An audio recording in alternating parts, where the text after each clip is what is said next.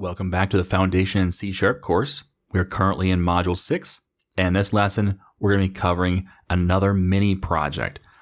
This one kind of wraps up this course, but it's going to really focus in especially on generics and events. Those are the things that we just touched on, and I want to get you kind of your feet wet a little bit with using them outside of just our demos so far. I want to create another demo that mixes the two together, and so you can start seeing how they can be really powerful inside of C#. So let's open up Visual Studio, and we'll create a new project, a console app.NET framework, and we'll call this the wrap up demo and wrap up demo app and .NET framework 4.7.2, and we'll hit create. Once we're done here, we'll say console.readline. Now, what we're going to do in this demo is we're going to take a list of objects. Let's say a list of people, or a list of addresses, or a list of employees, or cars, whatever the list is. We're going to take that list and we're going to save it to a CSV file, which a CSV file is just a text file where all the data in the text file, because it's a data file, all the data is comma delimited, meaning if you have first name and then last name, you can have first name, comma, last name, comma, email address, comma, and the value is the same way. So we're going to create that CSV file from our data, and it doesn't matter which object we're trying to store. So let's start by creating a couple of different models. So public, class, let's start the tried and true person model. And we'll have our first name, we'll have our last name, and let's do one more, the email. That's it, really simple. We'll do one more model, public, class, let's be car model. And we'll have the manufacturer and the model. Now, all of these are string, but it doesn't really matter because I can do a toString on anything. So that's not really the point here, but just know that it could be an int, it could be a bool. As long as we can represent it as string in some way, we can have it here and save it to a file.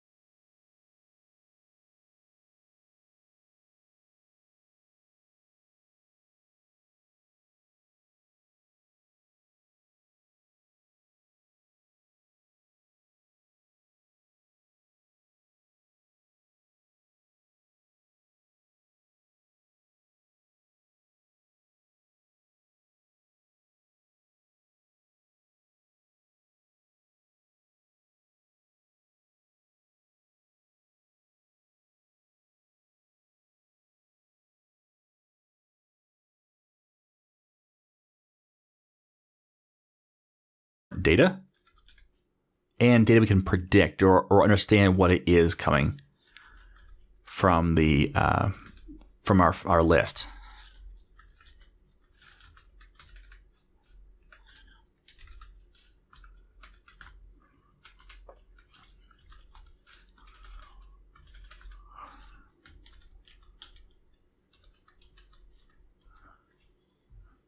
Okay, so those are 3 people. Now, let's create another list, and this list is going to be a list of type car model. Call it cars equals new car model, curly braces, put our semicolon at the end so we have it, and then say new car model, curly braces. The manufacturer is Toyota, and the model is Corolla. Put a comma, copy this line.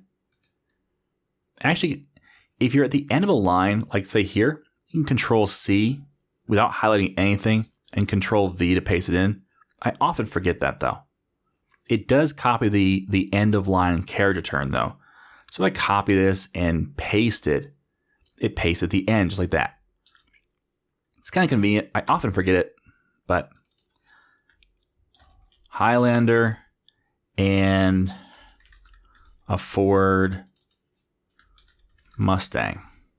So there's our 3 cars. Doesn't matter how many we have. I just wanted a few for example purposes. So we want to create a method that will allow us to save this to a text file. So let's create a class, public class. Let's call it data access. That's what it's going to do. It's going to be our data access class, which we've never done before, but we're just going to put our toe in.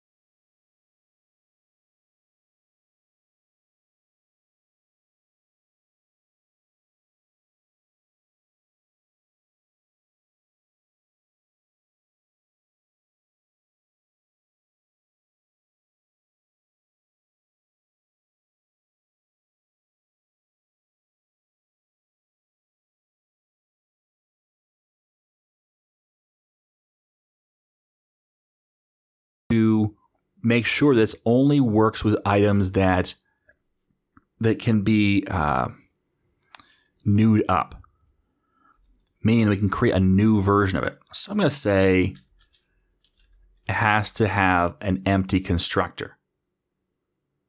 Oops, not like that. That would be something different entirely.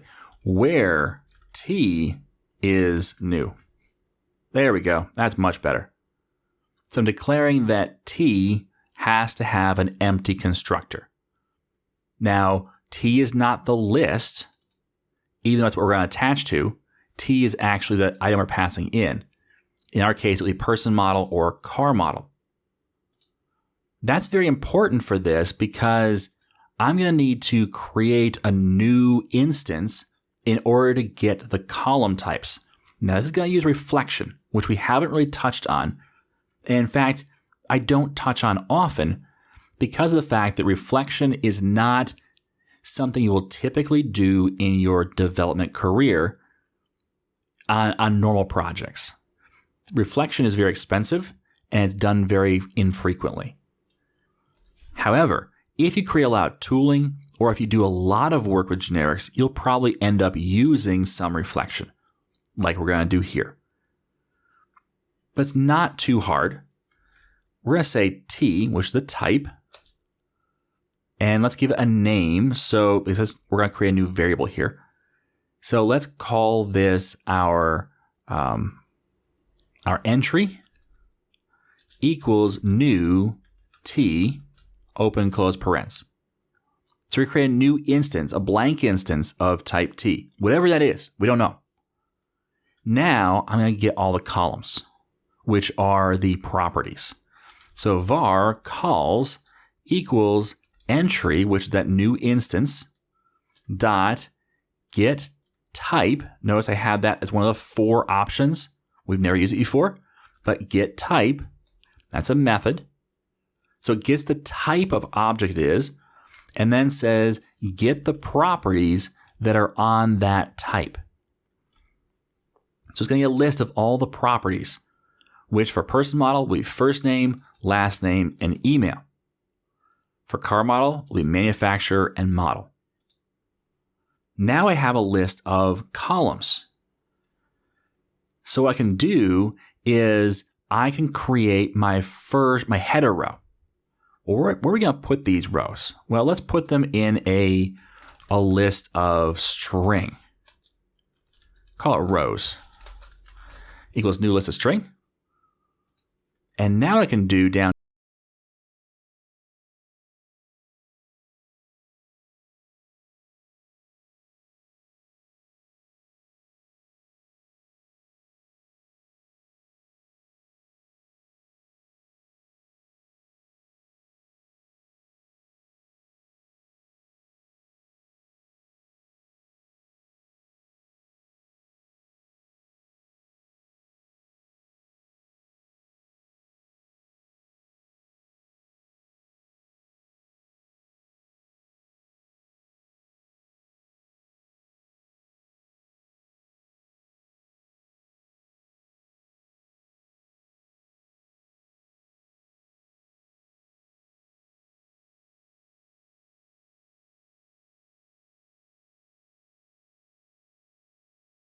the column, and then we're going to say plus, well, let's do string interpolation. It's much cleaner and neater, I think. And cut this out, do our $sign, our double quotes. Honestly, string interpolation is no different than doing the plus and the next value and plus, but the pluses just never work right. And it's not the plus's fault, it's my fault. Because I forget to put one in, or I forget if the column goes inside or outside, and it's messy. So this way, it's very, very clear. Whenever I have curly braces, I'm replacing the curly braces with the value inside. Otherwise, it's just a normal string. So I put a comma right afterwards. This is going to put a column and a comma right after for every column. Now, if you're following along, if you're thinking this through, and you really should think it through how it's going to run, what happens in the last column? It's going to write the column name and a comma. Not ideal. The other option is to put the comma in the front. And now it's going to be every column is going to say comma, the next column, but the first one is going to be comma and the column name. Also not ideal. But it's a little more ideal in the fact that it's easy to trim off the first character. So at the end, I can say row equals row.substring starting at position 1. What that will do is it will create a substring or another string that's a part of the full string. And it's going to start at the full string's first position, which is actually not the first position, it's actually the second, because we count in base 0. So therefore, 0 would be right here. 1 would be right here, if you can see that. It's right after the comma. So by starting at position 1, we cut off the leading comma, and now everything else has a comma and the column afterwards. So the first one's going to have just the column name after that's comma, next column name, comma, next column name, and no trailing comma. So that's very easy to do. We now have a row that's going to look something like this. First name, comma, last name, comma, email. Like that, which is exactly how you want our CSV to look. That's a great header row. Therefore, now what we can do is we can say rows.add row.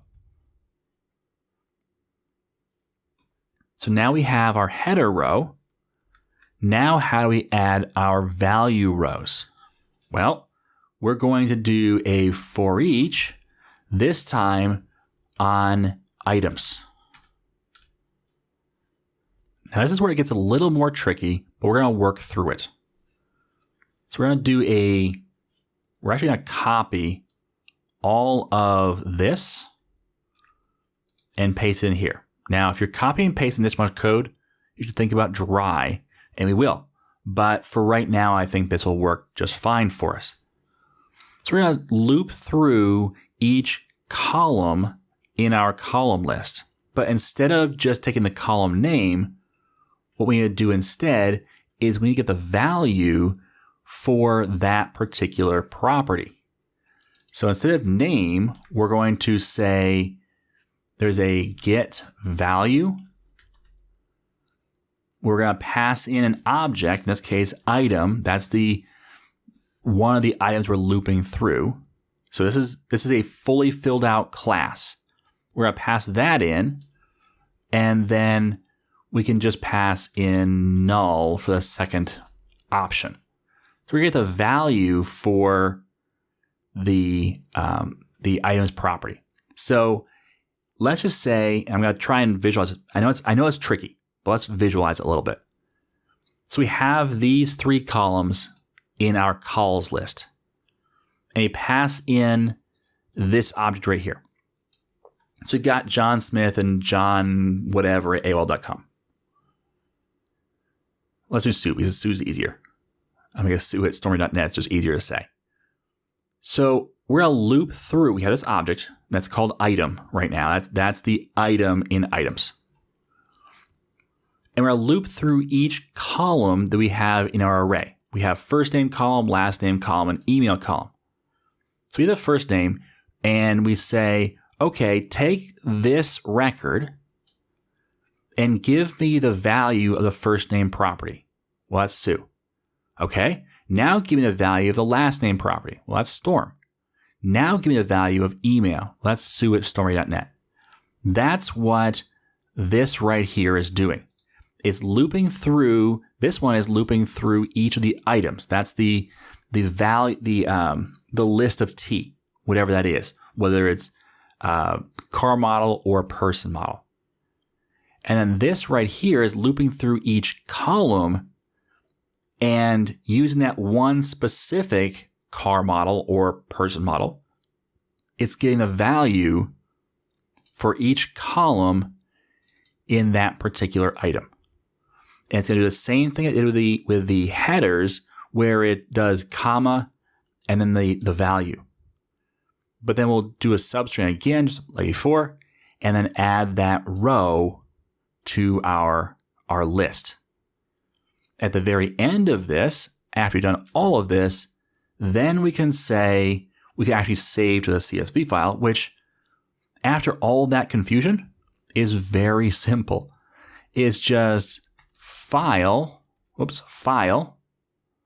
control dot to add my using of system.io, file dot write all lines.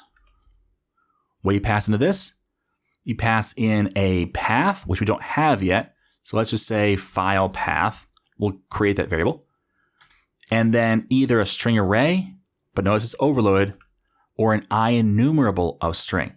Well, a list implements IEnumerable. Therefore, a list is an IEnumerable.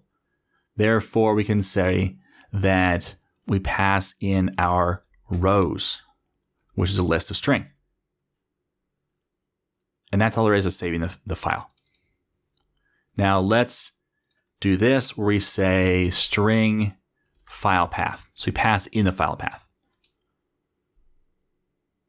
That right there is a list of T that's saved to CSV. Let's save this.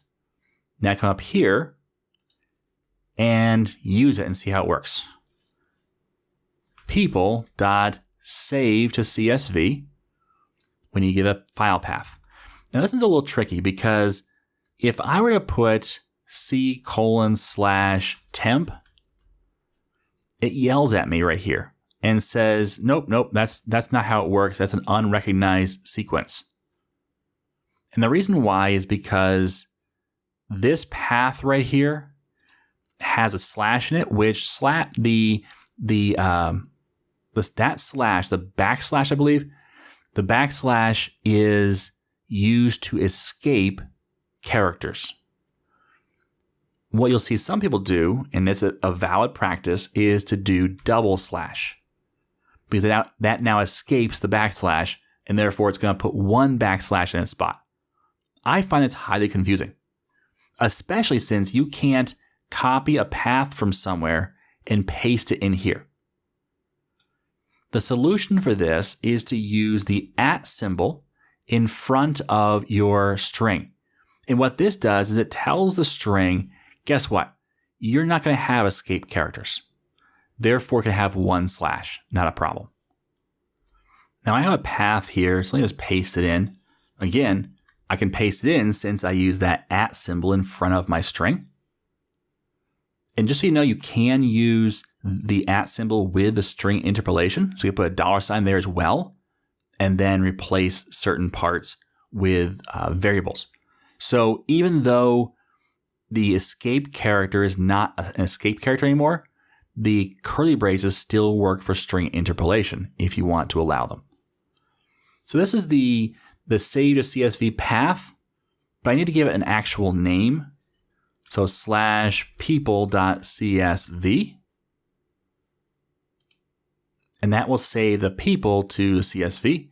And let's just copy this right here and then say cars dot, and then save it to cars.csv. So this is step one. We've got a generic extension method that's allowing us to just say, hey, save this list of CSV. Done. That's it. We pass in the file name and we're done. Let's run this and I'll show you.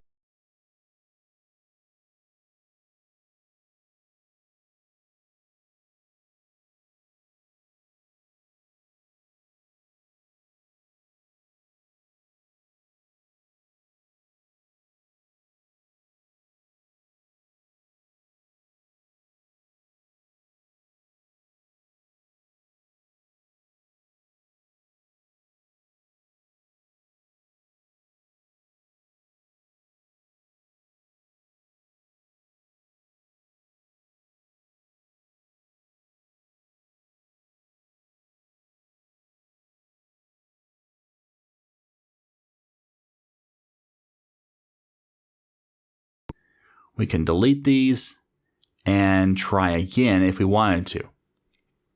But before we do, we haven't gotten to events yet.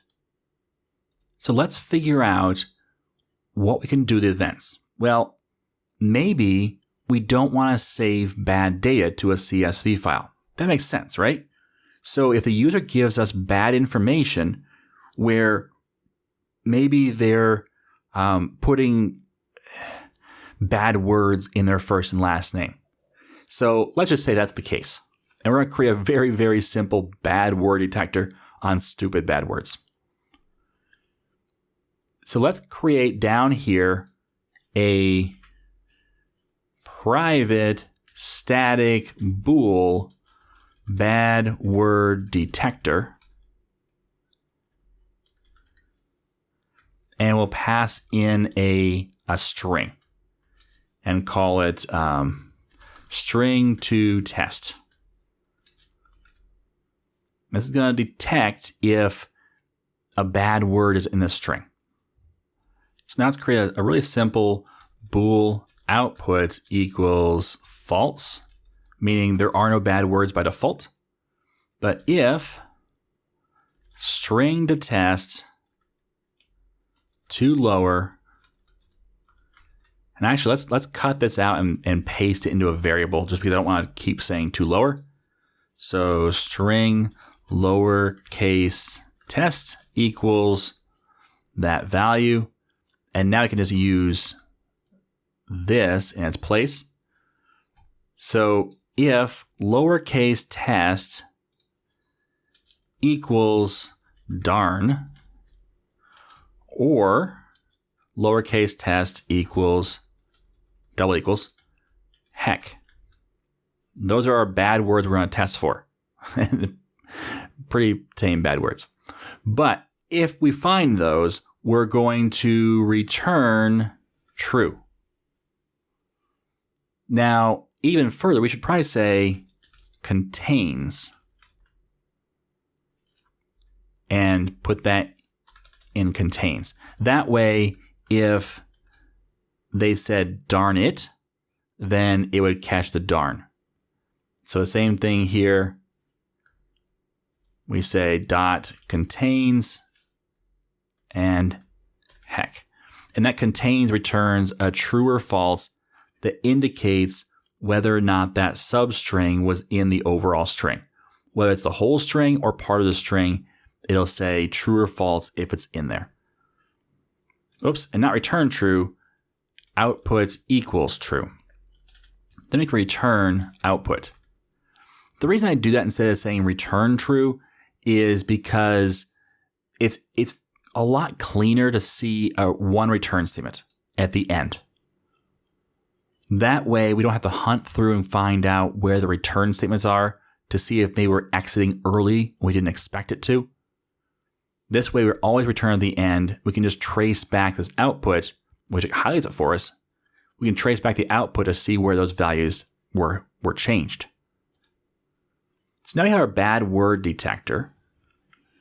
Let's create a string and we'll say val equals, and we're going to capture this. We'll put val in its place like so.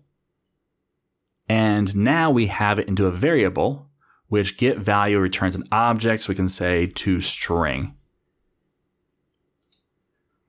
So now we have this string. We can say if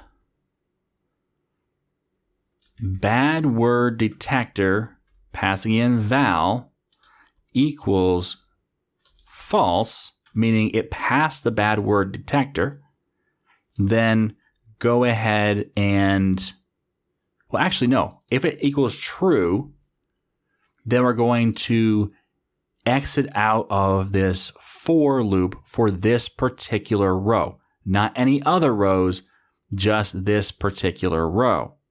I'm sorry, wrong for loop. We're going to exit out of this for loop entirely and go on to the next iteration of this for loop.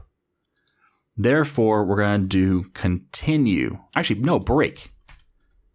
So break will break us out of this for loop.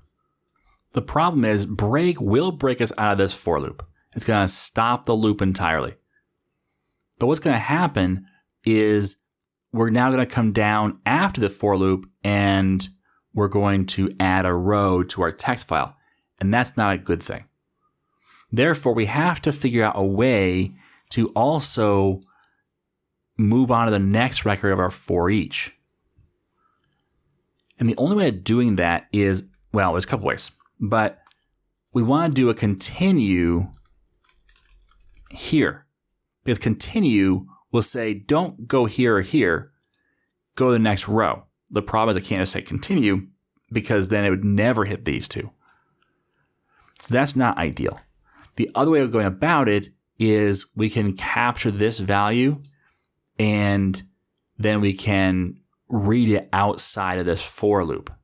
So we can say something like this, bool bad word detected equals false. And then we can capture it bad word detected equals bad word detector val, like so. And then we can use it here. And now that we have this outside the for loop, we can say if bad word detected equals true, continue. Another way of doing it is we say false, and we can put these values right inside. It's up to you how you do it. I think I'll leave it at that last one just because it's convenient.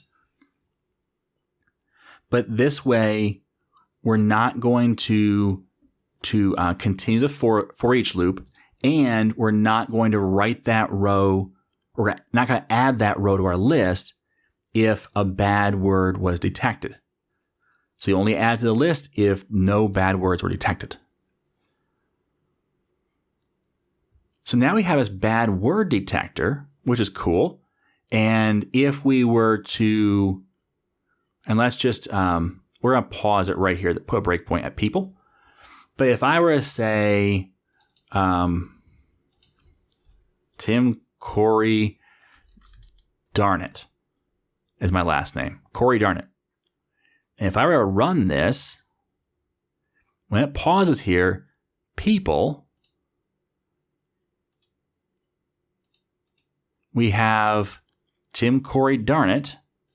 But if I were to actually hit the save, let's go right here and put our breakpoint at file read all lines. Hit continue. Let's look at rows. So rows has 3 rows. First name, last name, and email, and then Sue Storm and John Smith. Notice Tim Corey's not in that list because Tim Corey was Tim Corey Darnett, and darn is a bad word, therefore we filtered it out. And yes, this example is entirely ridiculous, but at the same time, it does kind of indicate what you could do with it. You can do other kinds of checks, obviously.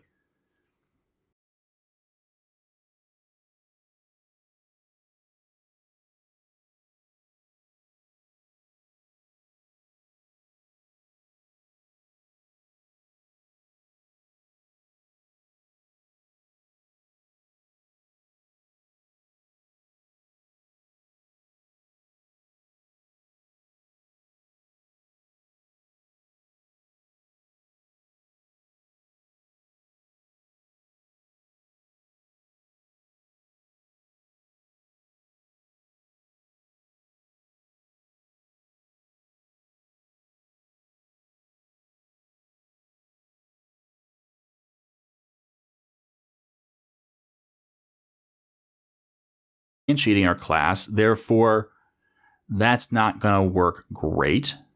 So let's rework this. We're going to have to lose our extension method.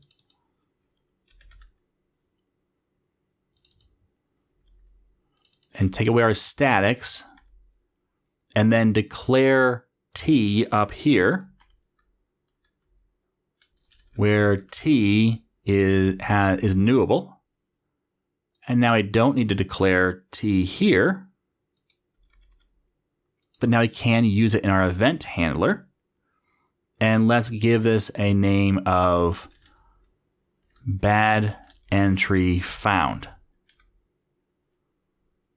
So now we have an event handler of bad entry found of type T. Oops, right down here, we should delete this. Okay, so now we have our event handler being able to use T. Now we're gonna have to change this. So we'll do it like so. We'll say Control X and paste it in like that. And this one is going to be cars. But notice I can't just say save to CSV. I've got to actually call an instance of this. So I have to create an instance each time. So data access of type people or person model. People data equals new data access. And now I can say people data dot save to CSV. But I can't do that for cars because if I did, it would say, no, you can't do that. It's not a type cars, it's a type people. So we're going to have to do car data and data access of type car model. Car data equals new data access of car model. So notice it creates a lot more work for us to take away those extension methods. And you could probably wrap something and figure it out to not have to do those. But this way just kind of illustrates how to use event handlers with that T. And I really want to do that because I want to be able to return the whole object that was a problem. And I didn't want to return it as object and have to cast it. So now we have our bad entry found event handler. Now we can invoke it. So let's invoke it. Let's not invoke it here. Well, we can. Because of the fact that we have found it right here, we break on it, which means we won't continue to find more. We can just invoke it right here. So bad entry found question mark to make sure it's not null dot invoke. And then we're going to pass in this for this instance. And the object we pass in is type T, which is our item. That's the failing item. That was the thing that was a bad entry. So we now call this in our class. Everything else is the same. We write, good to go. But then up here, we're going to want to subscribe to those events. So we can say, actually, before we start using it, we should subscribe to our event. So people data dot bad entry found plus equals tab. Hit enter. And now I can call this method, which passes in a person model. And so I can do something like put in a list, but in this case, I'm just going to say bad entry found for E dot first name space E dot last name. All right, really simple. That's all we're going to do. Now let's do a similar thing for our cars, where we say car data dot bad entry found plus equals. And here we'll say CW tab $, couple of double quotes, bad entry found for E dot manufacturer E dot model. There we go. So now it's going to call this one for any bad car data.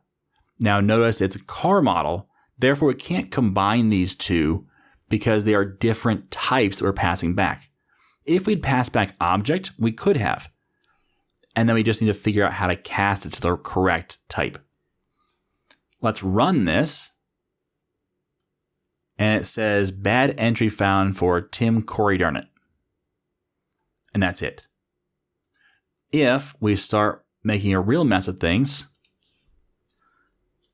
let's just do heck for Mustang. And for Corolla, we're going to put in all caps, darn Corolla. I said that a few times. Okay, so bad entry found for Tim Corey Darnett, bad entry found for Toyota darn Corolla, and bad entry found for Ford heck Mustang. Now if we come and get the files and start opening these up, we'll notice that we only have a Highlander. In cars and in people, we only have John Smith and Sue Storm because we've filtered out those bad entries. So that's kind of convenient. It filters out the bad entries and also tells us, hey, these are the ones that are bad. So you can kind of reprocess those if you wanted to. And now it's up to our UI what to do about them, which is where you want that question, if you have one, to go. Because it's only in the UI that the user can decide to do something. They can't decide in the class library. Because the class library can't ask questions. The user interface is where you ask questions of the user. You pop things up, you put things on the screen, you fill in text boxes, you add error messages, whatever it is, you kind of display that or bubble that up. We could create a list to store these and then say, hey, I want you to clean it up and display all the information, allow them to type it back in and then reprocess these. Imagine if you had a file that had 10,000 entries and 3 were bad. So if you go to count the number of entries in your file and there's 3 off, how are you ever going to find those? Well, when you bubble up an event, you could bubble up the event and say, hey, this is what happened. And now the listener could say, okay, put those in the list and reprocess them once they've been cleaned up. Now you get those last 3 entries into your file and you don't have to go looking for them. So events, very, very powerful. So are generics. We can do a lot with generics. We can do stuff with extension methods that made, this stuff right here a whole lot simpler to do.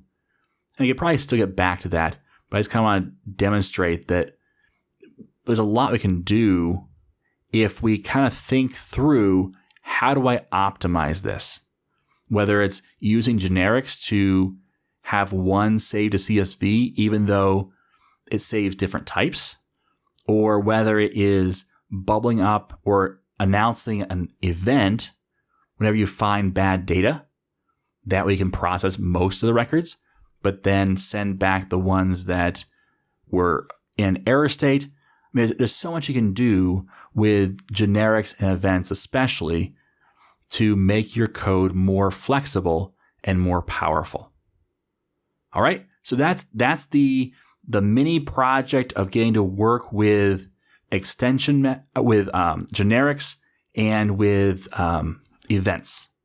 Now, we did use extension methods a little bit, but we got away from that once we had to use the whole class declaration, which means it had to be instantiated. Hopefully you follow along. Hopefully you picked up what I was doing. Yes, there's some complicated stuff in here, especially when it comes to reflection and then using those reflection values to work with them to get the values. But if you think it through and kind of talk it through yourself, I think it becomes obvious after a while. And by obvious, I don't mean, duh, you should have gotten it, but obvious as in it will reveal itself to you the more you think about it. Just think it through. If you have to, and I've done this, and I still do this at times, write it down on a piece of paper, write the logic, and, walk yourself through this. So you have these 3 examples, for example, right here. Write those down on paper. Say, these are the things I'm going to pass in. And then walk through every step of what the code does. And if you don't know what the code does, put a breakpoint there, run the code, and then pause it right there and see what it does. And do that step by step by step until you understand what the code is doing and you understand why it's doing it. And sometimes that takes a lot of work and a lot of, one step at a time, write it down. One step at a time, write it down until you really understand. That's also a really great way to find bugs. If you have a bug that you can't find, but you know it's somewhere in this method, step through one step at a time. First, you tell yourself what you think that line should do, and then verify it with hitting that line and stepping into it and see if it truly does do what you expect. And then do the next line and the next and the next until you find where the code is doing something that you didn't expect, or you find out, oh, that's not right, and then you change it. So with that, let's get to our tip of the day. And the tip is generics and events can make your code more flexible to future changes. So we created a generic event that saved any object to a CSV file. Any object. Any list of T. Well, now we have the ability to add employee model later, or CEO model, or animal model, or whatever else type of model you want into that list and save it to CSV. One class we can reuse over and over and over again. You can actually take that class and put it right in your code right now in your library somewhere, and you can have it and you can use it to save any object you have, a list of objects, to a CSV file. It can be really helpful at times. Now, the challenge would be then to write the other way around, and I do have a video somewhere about doing that. It might cover that in our text file data access in Module 8. We'll see. But that's a really full-featured, complete, or just about complete solution for saving a list of objects to a CSV file. And that's awesome. I have now almost future-proofed it so that no matter what type of object I create in the future, I can still use the same code. So that's our tip for today. Your homework. Just redo what I did. And I say without looking back, you're going to have to look back, especially for the reflection stuff. That's okay. But just try and make sure that you understand it. Make sure you know why you're typing something. Don't just type it. If you have to, go back and watch the video again where I explain that particular piece of code. And make sure you understand why it's doing what it's doing. And if you can, make some small tweaks. Maybe a big tweak would be to try and do the other way around. You haven't gotten there yet, but a small tweak might be to actually save those errors into a list and reprocess them in some way. So whatever it is, just try and recreate what we did here. Once you feel comfortable with what we've done, then move on to the conclusion video for this course.